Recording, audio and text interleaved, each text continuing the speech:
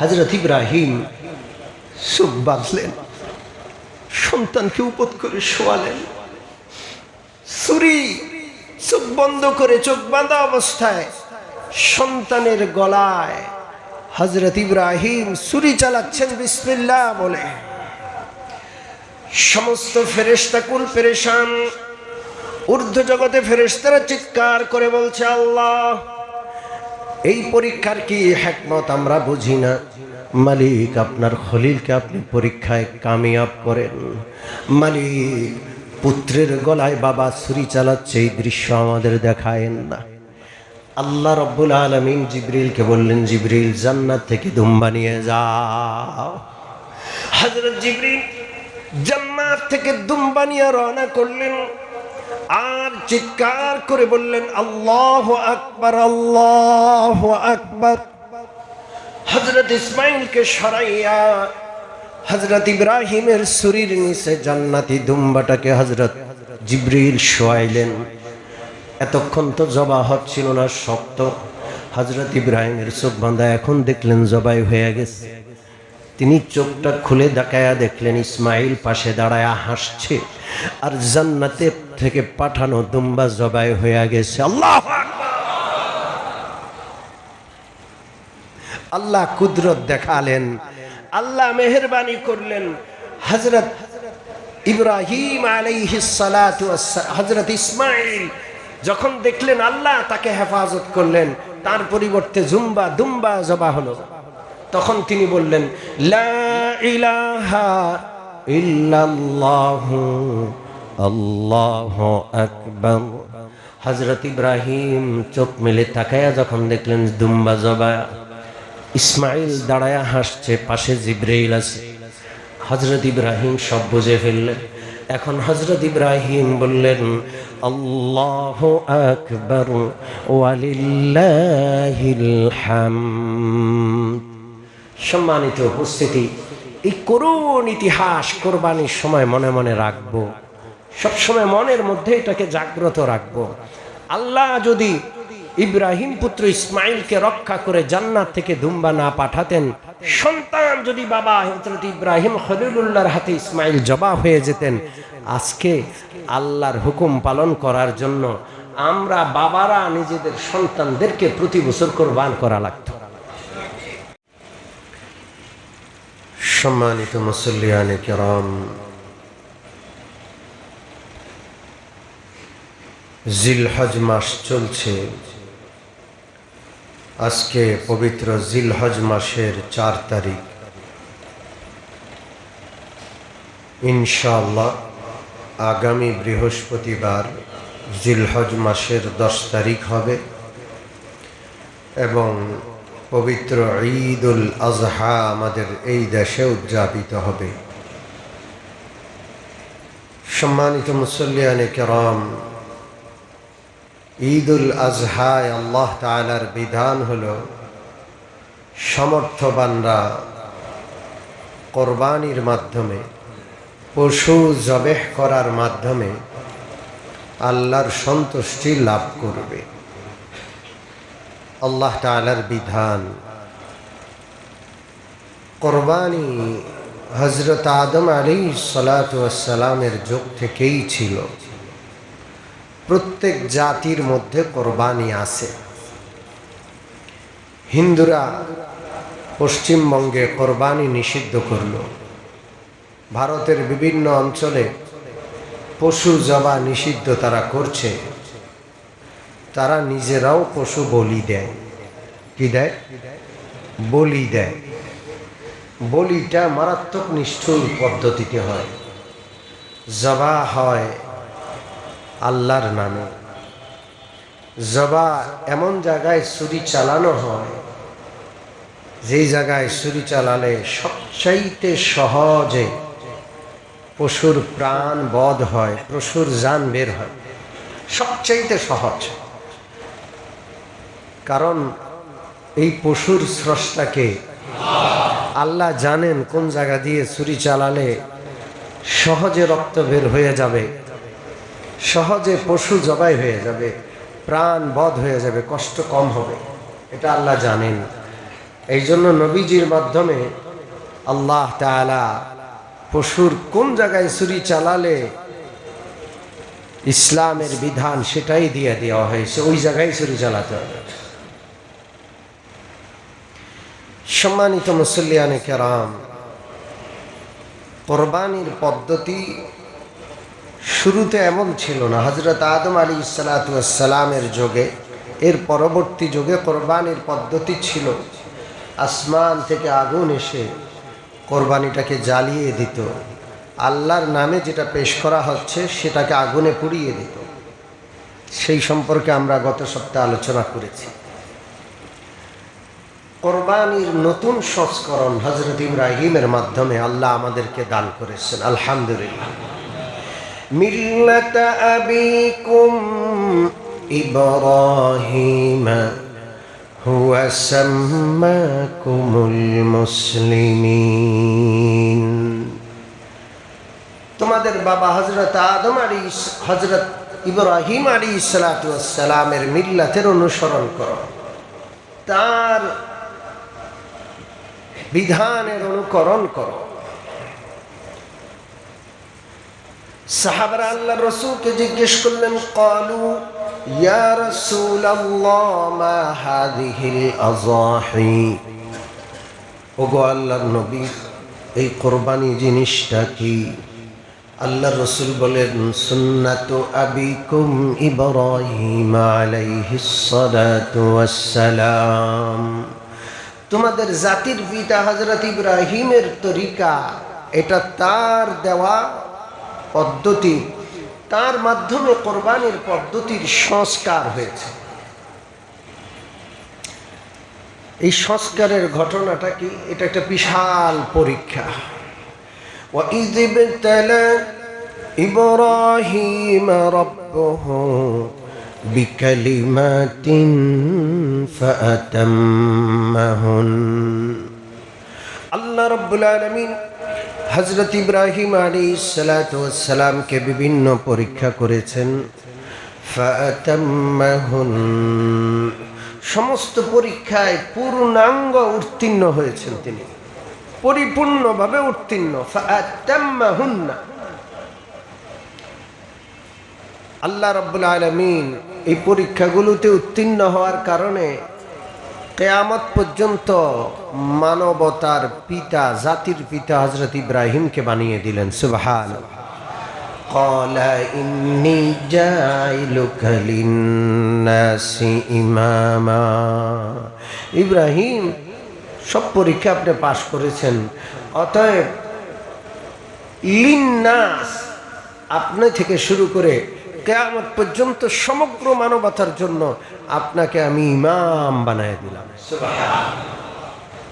অনেকগুলো পরীক্ষা, কোন কোন বর্ণনায় 30টা পরীক্ষার কথা আসছে। কোরবানির পরীক্ষাটা গুরুত্বপূর্ণ একটা পরীক্ষা। ইন্না হাযা লাহুয়াল বালাউল মুবিন। আল্লাহ বলছেন কোরবানির পরীক্ষাটা প্রকাশ্য একটা মস্ত বড় একটা পরীক্ষা। সে পরীক্ষাটা কি ছিল? হযরত ইব্রাহিম নিঃসন্তান ছিলেন। সন্তান চেয়ে চেয়ে আল্লাহর কাছে দোয়া করেন। দোয়া করতে করতে করতে যৌবন শেষ হয়ে বার্ধক্যে উপনীত। রব্বি হাবলি মিনাস সালিহিন, আল্লাহ গো আমাকে সুসন্তান দান করেন। রব্বি লা তাযারনি ফারদান ওয়া আনতা খায়রুল ওয়ারিসিন। আল্লাহ আমাকে একা একা ছেড়েন না, আমার নাম রাখতে পারে পরবর্তীতে এমন সন্তান আমাকে দান করেন। আল্লাহ রাব্বুল আলামিন সারা জীবন দোয়া করিয়ে শেষ বয়সে হযরত ইব্রাহিমের দোয়া কবুল করলেন। ফাবাশশারনাহু বিগুলামিন হালিম। হযরত ইব্রাহিমকে আল্লাহ তাআলা একটা সন্তানের সুসংবাদ দিলেন।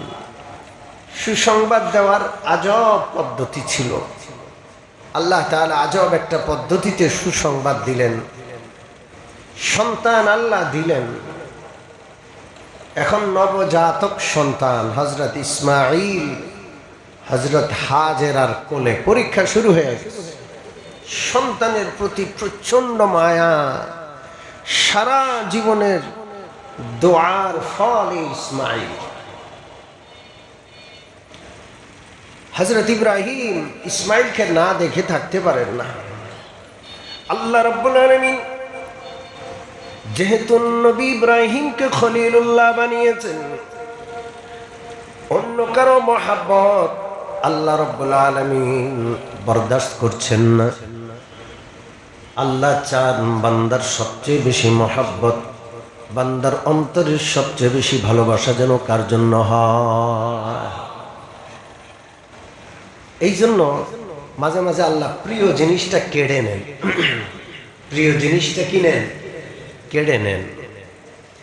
আমার একজন খুব প্রিয় উস্তাদ দারুল উলুম দেওবন্দের মুফতি সাঈদ আহমদ পালনপুরি রহমতুল্লাহ আলাইহি,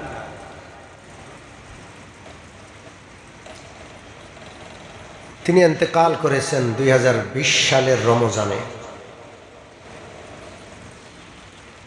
তার একটা কন্যা ছিল, অনেক সন্তান, তার অনেক সন্তান, 14-15টা বাচ্চা। এর মধ্যে একটা কন্যা সন্তান এমন ছিল, বাবাদেরকে মেয়েরা বুঝে। ঠিক কি ঠিক না? আমাদের প্রফেসর হামিদুর রহমান সাহেব রহমতুল্লাহ আলাইহি বলতেন, যেই বাবার মেয়ে নাই সে বাবা পিতৃত্বের স্বাদ পূর্ণ অনুভব করতে পারেই নাই।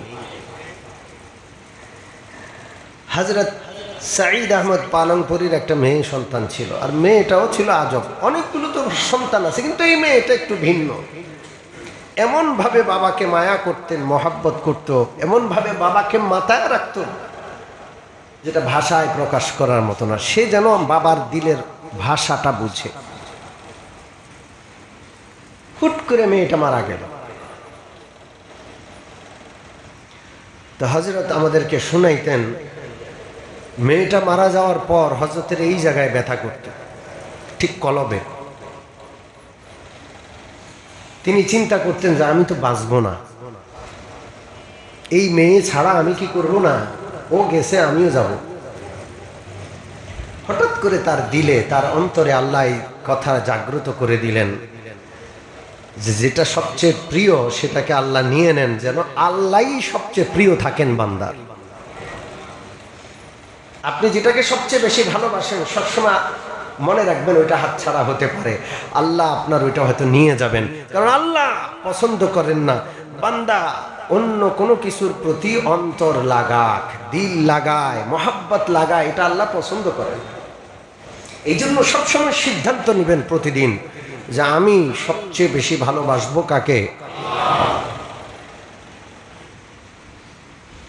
তো হযরত একটা কথা চিন্তা করলেন যে আমি তো সবচেয়ে বেশি ভালোবাসার কথা ছিল কাকে, আমি এই মেয়েটাকে কেন ভালোবাসলাম, এটা তো আল্লাহর দেওয়া, আল্লাহ আবার নিয়ে গেছে। আল্লাহ আমাকে সতর্ক করেছেন, অতএব এখন থেকে আমি আর পৃথিবীর কোনো জিনিসের সাথে আমার মন লাগাবো না। আমার মন তো একমাত্র কার সাথে থাকবে? আল্লাহর সাথে। আপনার যত বড় লস হোক, যত বড় ক্ষতিগ্রস্ত হন, আপনি একটু আল্লাহর মহব্বতে কাঁদেন, দেখবেন দুনিয়ার সবকিছু দিল থেকে চলে যাবে, সমস্ত দুঃখ বেদনা আপনি ভুলে যাবেন। দেখেন আপনি। 2 নম্বর হযরত বললেন, আমি দ্বিতীয় চিন্তা করলাম যে আমার মেয়েটা আমার কাছে থাকলে যতটা আমি ভালো রাখতে পারতাম, আমার এই মেয়েটা নাবালিকা, সে এখন কার কাছে? জোরে বলেন। মুসলমানদের নাবালেক সন্তানদের আল্লাহ তাআলা নিজের কাছে রাখেন। হযরত ইব্রাহিমের লালন পালনে, জাতির পিতা হযরত ইব্রাহিমের লালন পালনে, আর লালন পালনে, হ্যাঁ, আমার কাছে আমার সন্তান বেশি ভালো থাকবে না আমার মালিকের কাছে বেশি ভালো থাকবে? হযরত ছেড়ে দিলেন, যা আল্লাহর কাছে তুমি ভালো থাকো। এরপর হযরত সুস্থ হয়ে গেলেন। তো আল্লাহ চান না ইব্রাহিম আলাইহিস সালাম সারা জীবনের সাধনা শেষ বয়সের সন্তানকে বেশি ভালোবাসেন, আল্লাহ চান না। এই জন্য আল্লাহ রাব্বুল আলামিন প্রথম পরীক্ষা নিলেন, ইব্রাহিম আলাইহিস সালাতু ওয়াস সালামকে নির্দেশ দিলেন জওয়ান স্ত্রী সুন্দরী হাজরাকে তার সন্তান সহ মক্কার মরুভূমিতে রেখে আসেন। সুদূর ফিলিস্তিন থেকে সফর করাইয়া মক্কার মরুভূমিতে সন্তান আর স্ত্রীকে রেখে হযরত ইব্রাহিম চলে যাচ্ছেন। কলজাটা ফেটে খান খান হয়ে যাচ্ছে, কথা বলার ক্ষমতা নাই, কথা বলার শক্তি নাই হযরত ইব্রাহিম। হযরত হাজরাকে রেখে তিনি চলে যাচ্ছেন। হযরত হাজরা পিছন থেকে দৌড়ে গিয়ে ধরলেন আর বললেন, স্বামী গো, আমাকে আমার সন্তানকে এখানে রেখে আপনি কোথায় যান? কেন আমাদের এখানে রেখে যান? হযরত ইব্রাহিম কোনো কথা বলতে পারছেন না, বাকরুদ্ধ। হযরত হাজরা জানেন ইব্রাহিম তো খলিলুল্লাহ। হযরত ইব্রাহিম কথা বলছেন না। হাজরা শুধু এতটুকু জিজ্ঞেস করলেন, আল্লাহু আমারাকা বিহাজা, আল্লাহ আপনাকে এই বিষয়ে নির্দেশ দিয়েছেন? হযরত ইব্রাহিম শুধু মাথা নেড়ে সম্মতি জানালেন, মুখে শব্দ উচ্চারণ করতে পারলেন না, কারণ মোহাব্বত কুরবানি হচ্ছে এখানে। হযরত ইব্রাহিম আলাইহিস সালাতু ওয়াস সালাম বুকের উপর পাথর চাপা দিয়ে সমস্ত মায়া মোহাব্বতকে তিনি কন্ট্রোল করছেন, আবেগকে কন্ট্রোল করছেন, চোখের পানি ঝরতে দিচ্ছেন না। কারণ স্ত্রী লোকরা পুরুষ লোকের চেয়েও বেশি নরম। হযরত ইব্রাহিম যদি চোখের পানি ফেলেন, অধৈর্য হয়ে যান, হাজরা অধৈর্য হয়ে যাবে। এখানে তো হাজরাকে থাকতে হবে। হযরত ইব্রাহিম মায়া মমতার উপর বুকের উপর পাথর চাপিয়ে শুধু মাথা নেড়ে সম্মতি জানিয়ে আবার চেহারা ঘুরিয়ে ফেললেন। হাজরার চেহারার দিকে তাকিয়ে তিনি থাকতে পারছেন না, অবুঝ শিশু ইসমাইলের চেহারার দিকে তিনি তাকাতে পারছেন না, চেহারা ঘুরিয়ে ফেললেন। তিনি চলা শুরু করলেন, চোখের পানি টপ টপ করে পড়ছে, হাজরা দেখে নাই। পাহাড়ের আড়ালে গেলেন হযরত ইব্রাহিম। আল্লাহ রাব্বুল আলামিনের জন্য সমস্ত ভালোবাসা মোহাব্বত নিবেদন করলেন। রব্বানা ইন্নী আসকানতু বিওয়াদিন গায়রি যী যারউন ইনদা বাইতিকাল মুহাররম। আল্লাহ গো, আমি আমার কলিজার টুকরা সন্তান, আমার কলিজার টুকরা জওয়ান স্ত্রী হযরত হাজরাকে, বুড়া বয়সের যুবতী স্ত্রী, তাদের মায়া মোহাব্বত কুরবান করলাম আপনার জন্য, আপনার বিধান পালন করার জন্য। বিওয়াদিন গায়রি যী যারইন, একটা গাছ, একটা ঘাস যেখানে উঠে না, এক ফোঁটা পানি যেখানে নাই, এমন একটা মরুতে রেখে যাচ্ছি আল্লাহ। ইনদা বাইতিকাল মুহাররম, আপনি আমাকে বলেছেন এখানে নাকি হারাম শরীফ আছে, এখানে নাকি কাবা শরীফ আছে, এখন তো নাই, আমি রেখে গেলাম, আল্লাহ আপনি হেফাজত করবেন। তিনি লুকিয়ে লুকিয়ে কাঁদলেন। কার কাছে কাঁদলেন?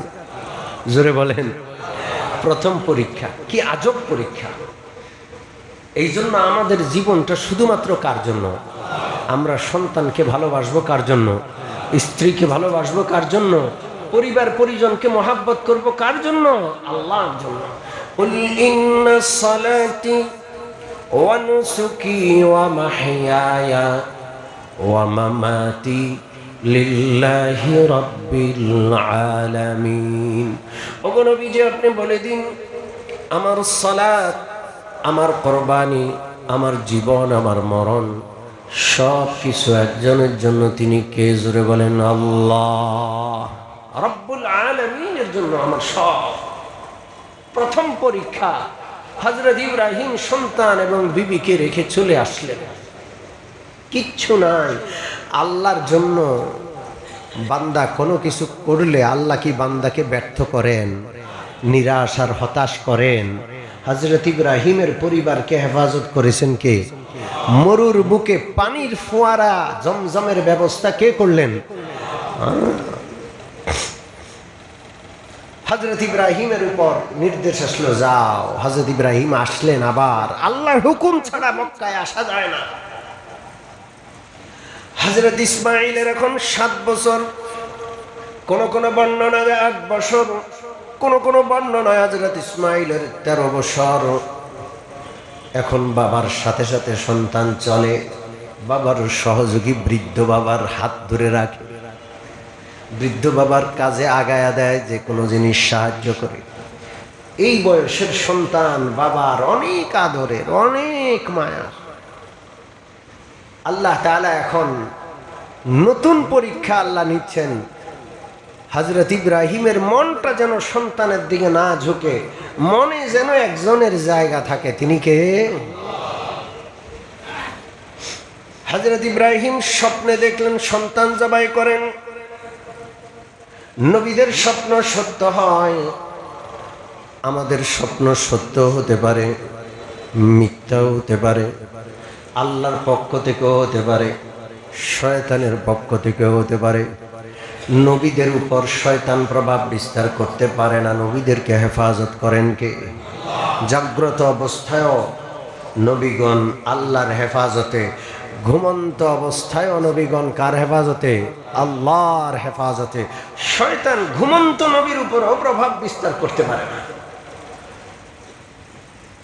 এই জন্য নবীরা স্বপ্নে যা দেখেন তা ওয়াহী। আল্লাহর হাবিব মুহাম্মদুর রাসূলুল্লাহ সাল্লাল্লাহু আলাইহি ওয়াসাল্লাম নবুয়ত পাওয়ার পর প্রথম 6 মাস স্বপ্ন যোগে ওয়াহী লাভ করেন। কি যোগে? জোরে বলেন। এই জন্য স্বপ্নকে নবুয়তের 46 ভাগের 1 ভাগ বলা হয়। কারণ নবুয়তি জিন্দেগি হলো 23 বছর। কয় বছর? জোরে বলেন।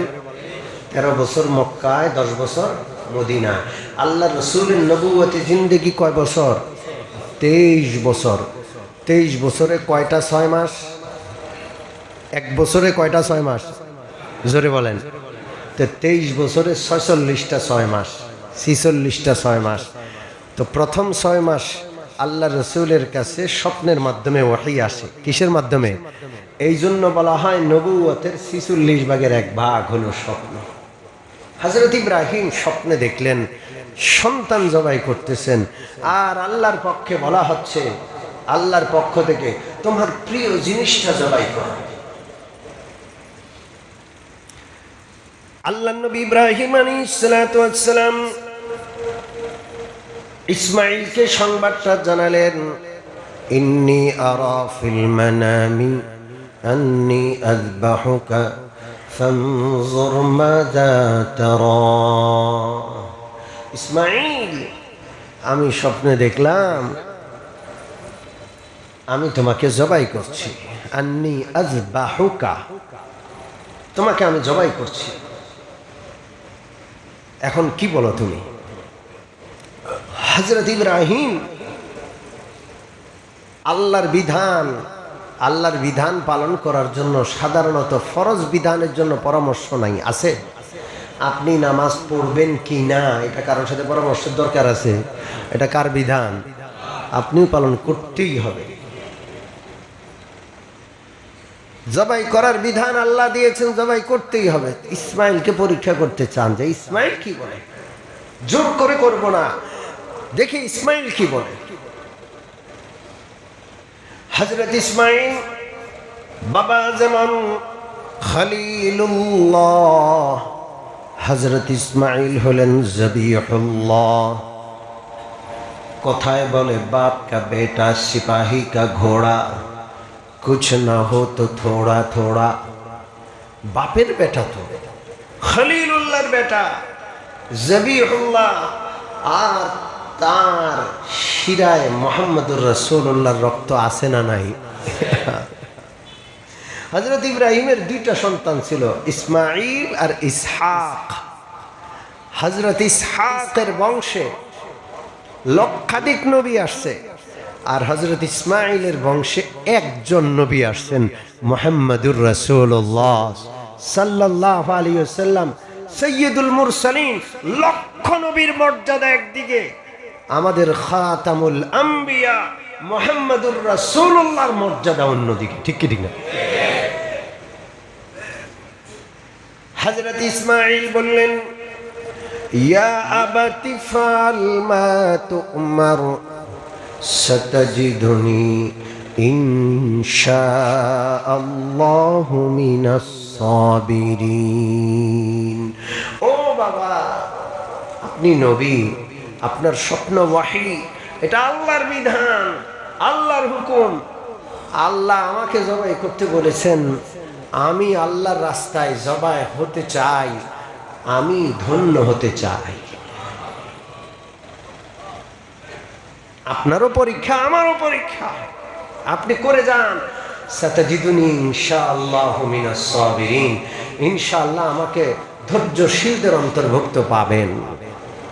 এই দুনিয়ায় চলতে ধৈর্য লাগে কি লাগে না? আল্লাহকে সন্তুষ্ট করতে ধৈর্য লাগবে, অধৈর্য হলে হবে না, সর্বদা ধৈর্য রাখতে হবে। হযরত ইব্রাহিম আলাইহিস সালাম ইসমাঈলকে নিয়ে মক্কা থেকে 3 মাইল দূরে মিনায় চলে আসলেন। এখনো মিনায় সেই জায়গাটা আছে যেই জায়গাটা হযরত ইব্রাহিম ইসমাঈলকে জবাই করার জন্য প্রস্তুতি নিয়েছিলেন। আমি প্রত্যেকবার আমার হাজিদেরকে গেলে দেখাই যে ওই জায়গাটা সাধারণ অনেক মানুষই চিনে না। অবশ্য উপরে যাই নাই, পাহাড়ের উপরে উঠি নাই, দূর থেকে দেখছি। আমিও আল্লাহওয়ালাদের কাছ থেকে শিখছি, দেখছি, হাজিদেরকেও দেখাই। ওই জায়গাটা এখনো দেখা যায়। ওখানে একটা ছোট্ট গম্বুদের মতো বানিয়ে রাখছে, সম্ভবত তুর্কি সরকার বানিয়েছে। হযরত ইব্রাহিম ইসমাঈলকে নিয়ে আসলেন এখানে। ইসমাঈল আলাইহিস সালামের জন্য ছুরি ধারানো হচ্ছে। হযরত ইসমাঈল পূর্ণ প্রস্তুতি নিয়ে নিয়েছেন জবাই হওয়ার জন্য। বাবাকে বললেন, বাবা কয়েকটা কথা। 1 নম্বর হলো আমার জামাটা আগে খুলে নেন, আমার এই জামাটা আমার মার কাছে দিবেন। জোয়ান বয়সে আপনি আমার মাকে পৃথক করে মক্কায় পাঠিয়ে দিয়েছেন। আমি সারা জীবন দেখেছি আপনার একটা জামা আমার মা সান্ত্বনার জন্য, স্বামীর জামা, স্বামী তো কাছে নাই। ইব্রাহিম খলিলুল্লাহর জামা আমার মা হযরত হাজেরা বুকে লাগাইতেন, নাকে লাগাই ইব্রাহিম খলিলুল্লাহর ঘ্রাণ নিতেন। টপ টপ করে চোখের পানি পড়তো, তিনি সান্ত্বনা লাভ করতেন। হাজারো মুসিবতের মধ্যে ওই জামাটা তার সান্ত্বনার বিষয় ছিল, কোনোদিন ভেঙে পড়তে দেখি নাই। বাবা গো, আপনার পরে আমি আমার মার কলিজার টুকরা বুকে পিঠে করে বাবার অনুপস্থিতিতে আমি ইসমাঈলকে তিনি মানুষ করেছেন। আজকে আমি জবাই হয়ে যাব, আমার মা জানেনও না। আমার মার কাছে আমার এই জামাটা দিবেন, আখিরি স্মৃতি হিসাবে মা আমার জামাটা নিয়ে বেঁচে থাকবে। বাবা আমাকে উপত করে শোয়াবেন, আমার গর্দান দিয়ে ছুরি চালাবেন, কারণ আমার গলা দিয়ে ছুরি চালাতে আপনার চেহারা আমার চেহারা, আপনার চোখ আমার চোখ মুখোমুখি হবে। আমি সন্তান বাবাকে আমাকে জবাই করতে দেখব, আর বাবা আমি সন্তানের গলায় ছুরি চালাবে, এটা দেখে সইতে পারবো না। না আমি না আপনি, আমাকে উপত করে শোয়াবেন। বাবা গো, আপনি চোখটা বেঁধে দিবেন, আল্লাহর হুকুম পালন করতে যেন আপনার মায়া মমতা মহাব্বত বাধা হয়ে না দাঁড়ায়। আমাকে উপত করে শোয়া আল্লাহর নাম পড়ে ছুরি চালাবেন। হযরত ইব্রাহিম চোখ বাঁধলেন, সন্তানকে উপত করে শোয়ালেন। ছুরি চোখ বন্ধ করে, চোখ বাঁধা অবস্থায় সন্তানের গলায় হযরত ইব্রাহিম ছুরি চালাচ্ছেন বিসমিল্লাহ বলে। সমস্ত ফেরেশতা কুল পেরেশান।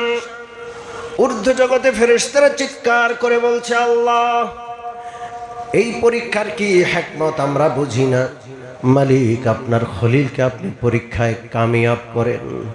মালিক, পুত্রের গলায় বাবা ছুরি চালাচ্ছে, এই দৃশ্য আমাদের দেখায়েন না। আল্লাহ রব্বুল আলামিন জিবরিলকে বললেন, জিবরিল জান্নাত থেকে দুম্বা নিয়ে যাও। হযরত জিবরিল জান্নাত থেকে দুম্বা নিয়ে রওনা করলেন, আর চিৎকার করে বললেন, আল্লাহু আকবার, আল্লাহু আকবার। হযরত ইসমাঈলকে সরাইয়া হযরত ইব্রাহিমের ছুরির নিচে জান্নাতি দুম্বাটাকে হযরত জিবরিল শোয়াইলেন। এতক্ষণ তো জবা হচ্ছিল না, শক্ত। হযরত ইব্রাহিমের চোখ বাঁধা, এখন দেখলেন জবাই হয়ে গেছে। তিনি চোখটা খুলে দেখায়া দেখলেন ইসমাঈল পাশে দাঁড়ায়া হাসছে, আর জান্নাতের থেকে পাঠানো দুম্বা জবাই হয়ে গেছে। আল্লাহু আকবার! আল্লাহ কুদরত দেখালেন, আল্লাহ মেহেরবানি করলেন। হযরত ইব্রাহিম আলাইহিস সালাতু ওয়াসসালাম, হযরত ইসমাঈল যখন দেখলেন আল্লাহ তাকে হেফাজত করলেন, তার পরিবর্তে দুম্বা জবা হলো, তখন তিনি বললেন লা ইলাহা ইল্লাল্লাহু আল্লাহু আকবার। হযরত ইব্রাহিম চোখ মেলে তাকায়া যখন দেখলেন দুম্বা জবা, ইসমাঈল দাঁড়ায়া হাসছে, পাশে জিবরাইল আছে। হযরত ইব্রাহিম সব বুঝে ফেললেন। এখন হযরত ইব্রাহিম বললেন আল্লাহু আকবার ওয়ালিল্লাহিল হামদ। সম্মানিত উপস্থিতি, এই করুণ ইতিহাস কোরবানির সময় মনে মনে রাখবো, সবসময় মনের মধ্যে এটাকে জাগ্রত রাখবো। আল্লাহ যদি ইব্রাহিম পুত্র ইসমাঈলকে রক্ষা করে জান্নাত থেকে দুম্বা না পাঠাতেন, সন্তান যদি বাবা হযরত ইব্রাহিম খলিলুল্লাহর হাতে ইসমাঈল জবা হয়ে যেতেন, আজকে আল্লাহর হুকুম পালন করার জন্য আমরা বাবারা নিজেদের সন্তানদেরকে প্রতি বছর কোরবান করা লাগতো। এটা কার মেহেরবানি? ফাতিবু বিহা নাফসা। কোরবানি করতে মনে কোনো কষ্ট না, বরং খুশি খুশি কোরবানি করবেন যে আল্লাহ এই কোরবানির উসিলা, এই পশুর উসিলা আপনি আমার সন্তানদেরকে বাঁচায়া দিচ্ছেন। ঠিক কি ঠিক না? খুব খুশি মনে কোরবানি করবেন। মুমিন মুসলমান যাদের সামর্থ্য আছে কোরবানি করতে হবে, এটা আল্লাহর বিধান।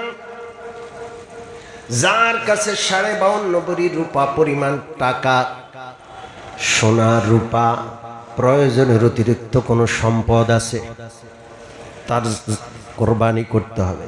যাকাত যাদের উপর, এক কথায় সবার উপর কোরবানি, অনেকের উপর যাকাত নাই, কোরবানি আছে। প্রয়োজনের অতিরিক্ত টাকা পয়সা, সোনা রূপা নাই কিন্তু জমি আছে। প্রয়োজনের অতিরিক্ত প্লট ফ্ল্যাট আছে। প্রয়োজনের অতিরিক্ত যে কোনো আসবাব দ্রব্য আছে, ওগুলো হিসাব করলে যাকাত নাই কিন্তু কোরবানি আছে। যদি এই সময় 1,85,000 টাকা পরিমাণ থাকে, কত হাজার? জোরে বলেন। কারো কাছে টাকা আছে কিছু, সোনা আছে কিছু, এরপরে কিছু অতিরিক্ত জায়গা জমি আছে, অতিরিক্ত কাপড় চোপড়, অতিরিক্ত আসবাব দ্রব্য আছে, সব মিলায়া যদি 1,85,000 পরিমাণ হয় আজকের হিসাব, কোরবানির দিন আমি আবার নতুন করে আপনাদেরকে বলবো, এই পরিমাণ টাকা, এই পরিমাণ প্রয়োজনের অতিরিক্ত সম্পদ কারো কাছে থাকলে, কোরবানির এই 3 দিনে যদি থাকে, আজকেও আছে, কোরবানির আগে গরিব হয়ে গেছে, তাহলে কোরবানি নাই। আজকে সম্পদ নাই, কোরবানির দিন ধনী হয়ে গেছে, কোরবানি ওয়াজিব। 1 নম্বর কথা, আপনার উপর কোরবানি ওয়াজিব কিনা প্রত্যেক ব্যক্তি আলাদা আলাদা যাচাই করবে। আমার মালিকানায় কি আছে, আপনি আলাদা, আপনার স্ত্রী আলাদা। আপনারা এটা মনে করেন না যে আমরা পুরা ফ্যামিলি একটা দিয়ে দিলে হইল। প্রত্যেক ব্যক্তি হিসাব করবে তার কাছে কি কি আছে এবং আলেমদের সাথে পরামর্শ করবে। সম্মানিত মুসল্লিয়ানে কেরাম, 1 নম্বর কথা। 2 নম্বর কথা হলো কোরবানির চামড়ার মাসলা। কোরবানির চামড়া আপনি নিজে ব্যবহার করতে পারেন। গোশত যেমন খেয়ে ফেললেন, চামড়ার উপর থেকে পশম ছাড়াই আপনি খেয়ে ফেলতে পারেন, চামড়া রান্না করা যায়। কিন্তু যখন আপনি চামড়া বেচবেন, বেচার সাথে সাথে আপনার মালিকানা থেকে এটা বের হয়ে গেছে, এটা গরিবের হক। আপনি সরাসরি চামড়া দিয়ে দেন গরিবকে, সরাসরি চামড়ার অর্থ দিতে হবে। চামড়া যেই টাকা দিয়ে চামড়া বিক্রি করলো, টাকাটা হুবহু দেওয়া জরুরি। চামড়া বিক্রি করা মাকরুহ। উত্তম হইল কোনো রকমের টাকার লেনদেন নাই, চামড়াটা দিয়ে দেন। চামড়াটা কোথায় দিবেন? কোথায় দিবেন? মাদ্রাসার লিল্লা ফান্ডে দিবেন। রাজি আছেন ইনশাল্লাহ? ডবল সওয়াব, গরিবের উপকার হইল। এবং এই গরিবরা সাধারণ গরিব না, কোরআনের শিক্ষার্থী, রাসূলুল্লাহর মেহমান, আল্লাহর ইলমে ওয়াহির শিক্ষার্থী, ওরা সবচেয়ে বেশি হকদার। আপনারা জানেন কোরবানির চামড়া নিয়ে গত 15 বছর কি কেলেঙ্কারি গেছে, দাম নাই। এরপরেও মাদ্রাসার স্বার্থে তালেবে ইলমরা কোরবানির ঈদ কোরবান করে, বাড়িতে যায় না, তাদের মা বাবা আছে। অনেক তালেবে ইলম ধনী, বাড়িতে কোরবানি হচ্ছে, তারা তাদের মা বাবার সাথে ঈদ করা, তাদের নিজেদের কোরবানি কোরবান করে মাদ্রাসার স্বার্থে তারা রয়ে যায়। এই জন্য তালেবে ইলমদেরকে হাসি মুখে ঈদের দিন মহব্বতের সাথে তাদের সাথে কথা বলবেন, চামড়াটা পৌঁছায়া দিবেন পারলে। মাদ্রাসা, যে মাদ্রাসা আপনার কাছে, সে মাদ্রাসায় চামড়াটা পৌঁছায় দেন। এখানে এই মসজিদ থেকে আমরা ঘোষণা করব, আমাদের মসজিদ সংলগ্ন নবগঞ্জ মাদ্রাসা, বড় মসজিদ সংলগ্ন এই মাদ্রাসার হক সবচেয়ে এই নবগঞ্জবাসীর উপর বেশি। আপনারা মাদ্রাসাকে ভুলে যাবেন না, চামড়াটা সরাসরি মাদ্রাসায় পৌঁছায় দিবেন। রাজি আছি ইনশাআল্লাহ? সম্মানিত মুসল্লিয়ানে কারণ 3 নম্বর কথা, কোরবানি যেন দ্রুত করতে পারি, সহজ হয়। আর কোরবানির ঈদের নামাজটা একটু দ্রুত হওয়াটা কাম্য। এই জন্য আমাদের মসজিদ কমিটি সিদ্ধান্ত নিয়েছেন এই বছর প্রথম জামাত হবে 6টায়। কয়টায়? সকাল 6টায়। আপনি ফজরের আগে প্রস্তুতি নিতে হবে, অথবা ফজর পড়ে সাথে সাথে অল্প সময় প্রস্তুতি নিয়ে চলে আসতে হবে। ঈদের দিন এরশাক নাই, আছে? জোরে বলেন। ঈদের দিন কোনো নফল নামাজ নাই। ঈদের নামাজের আগে কোনো নফল নামাজ নাই, না ঘরে না মসজিদে। ঈদের নামাজের পরে ঈদগাহে বা মসজিদে নাই, ঘরে গিয়ে পড়তে পারবেন ঈদের নামাজের পরে। এই জন্য আগে থেকে প্রস্তুতি নিয়ে ইনশাআল্লাহ প্রথম জামাতে শরীক হওয়ার চেষ্টা করব। দ্বিতীয় জামাত 7টায়, 7:30। তৃতীয় জামাত 9টায়। প্রথম জামাত 6টায়, দ্বিতীয় জামাত 7:30, তৃতীয় জামাত 9টায়। মানে এবার 1.5 ঘন্টার গ্যাপ। কয় ঘন্টার গ্যাপ? এই জন্য যারা প্রথম জামাতে শরীক হতে চায় তারা আগে আগে প্রস্তুতি নিয়ে চলে আসব। আল্লাহ তাআলা আমাদের সকলকে কবুল করেন। আল্লাহ যেন আমাদেরকে, যাদের উপর কোরবানি ওয়াজিব, আল্লাহর সন্তুষ্টির জন্য একমাত্র কোরবানি করার তৌফিক দান করেন। আমিন। ওয়া আখিরু দাওয়ানা আনিল হামদুলিল্লাহি রাব্বিল